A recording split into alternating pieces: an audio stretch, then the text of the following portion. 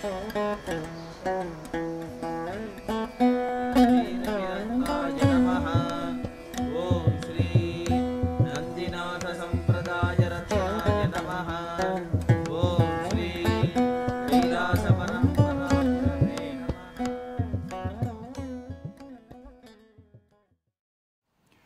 some 25 years, from about 1975 to 2001, Hinduism Today's founder, Satguru Sivaya Subramanya Swami, was instrumental in helping temples get established.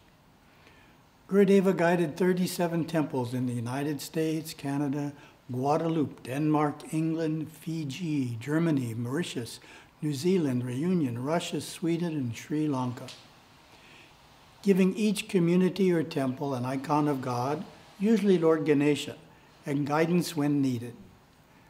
He also helped dozens more temples by sharing his global experience and understanding of community building, or by publicizing their project in Hinduism Today. Why did Gurudeva devote so much energy to helping establish the temples of organizations with no formal ties to his own? He did it because of a strong conviction that it is the temple that perpetuates Hindu culture.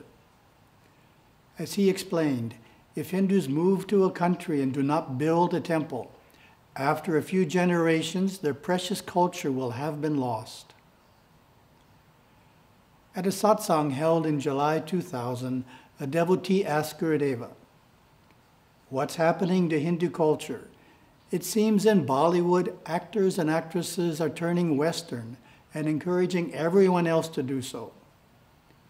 Will Hindu culture or Indian culture last very long after this?"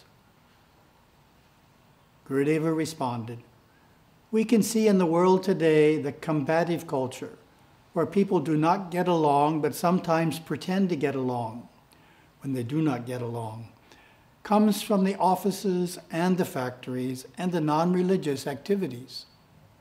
Indian culture may be going down in India, but it is definitely coming up in the West because of the worship within the temples. It's our relationship with God, the gods, and the goddesses that establishes our relationship with men, women, and children. Culture comes from being sensitive to other people's feelings, as we are sensitive within the temple to the feelings of the gods and the vibration emanating from the inner sanctum.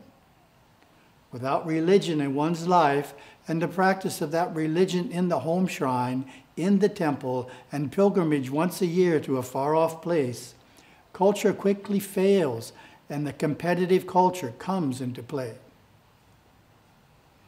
He continued, "While there are many that are trying to bring the best of the West to the Far East, there are still in the West many who are trying to bring the best of the Far East into the West. As long as religion and worship and the practice of pilgrimage and all the refinements of our great religion are present, culture will be there.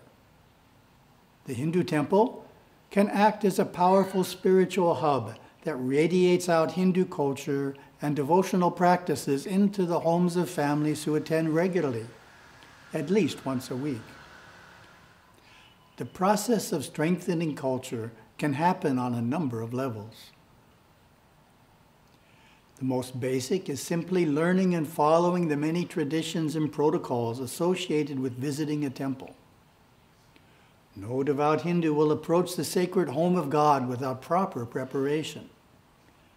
The simple necessities include a bath, donning clean clothes, and preparing an offering tray, whether simple on a normal day or elaborate for a festival. These acts are all important parts of temple going. On arrival, we need to wash our feet and handle shoes in the specified way. Then the customary prostrations to the deities, followed by circumambulation and presenting our offerings with a loving heart. When attending puja, men and women may be required to sit on separate sides of the mandapam. At key points throughout the rites, we pray and respond in specific ways. As children follow the parents' traditional protocols, they develop an appreciation for worship and sacred objects, respect for elders, an understanding of the importance of physical cleanliness and mental purity, and a fondness for familial and communal devotion. After years of such practice, essential character qualities such as humility and devotion can deepen. Devotion here means love of God. These qualities, which are present in every cultured Hindu, may not develop in an individual growing up in the West unless he or she participates in regular worship. The second level of the temple's influence on the home begins when a shrine is established in the home and worshipped at daily. Wherever possible, it should be a separate room, not in a cabinet or on a shelf. Such a dedicated space makes everyone living in the home think more about God, reflect more on their behavior, and be less inclined to become angry or argue, as they are living in God's presence. Going to the temple every week can actually bring some of the temple's sanctity into the shrine room. My guru taught that lighting an oil lamp in the shrine room after coming home from the temple brings the temple Shakti into your home. That devotional act brings devas who are at the temple into the home shrine, where from the inner world they can bless the family and protect the home. The temple's third level of cultural influence begins when a family member, generally the father, performs regular puja in the home.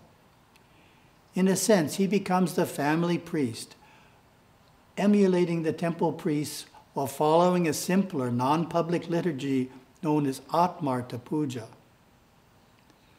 Such a full puja done daily steadily strengthens the home's religious vibration. Quite fittingly, the structure of the puja ceremony arises from the magnanimous spirit of hospitality for which Hindu culture is famous. All guests are received and treated as God, and God is no exception. During this daily morning rite, family members gather in their well-appointed shrine room to honor God as their royal guest. They receive him warmly, offer a seat, serve water to quench his thirst, bathe and dress him in beautiful clothes, burn the finest incense for his enjoyment, honor him with light, flowers, chanting, and offerings of food. It is an intimate, personal interaction.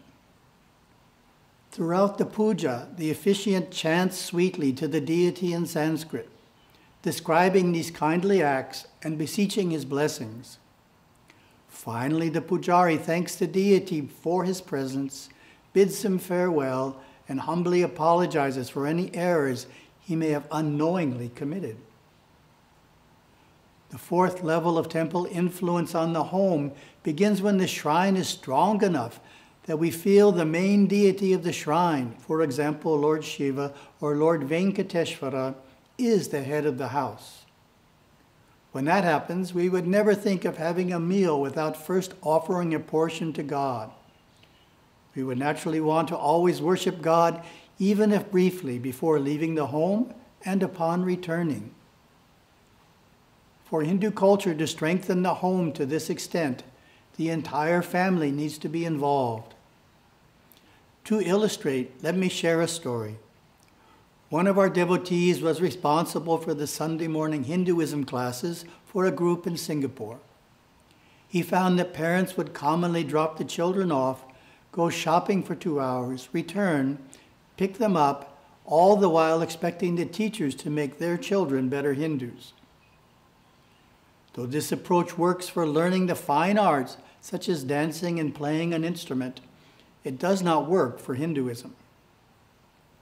The difference is this: for children to learn dance or music, the parents need not know how to dance or play the instrument. However, for Hinduism to be learned, it is necessary for the whole family to practice it together. This is because Hinduism is an all-encompassing spiritual way of life, informing every aspect of the family's daily and weekly routine, and not just in the shrine room.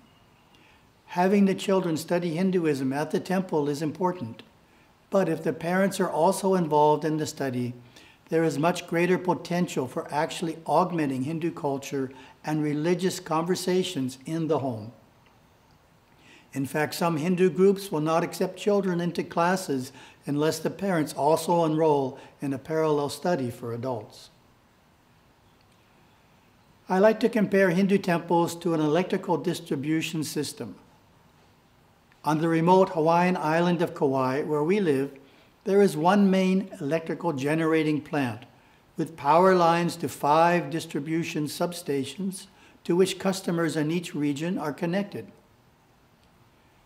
This can be likened to a ray of spiritual energy coming from the celestial worlds, the electrical plant, to 5 temples, the substations, each with a connection which powers the homes of devotees who worship there regularly, the customers. The electricity lights up the house and empowers all sorts of appliances. The energy from the temple illumines the family's path and enlivens the culture.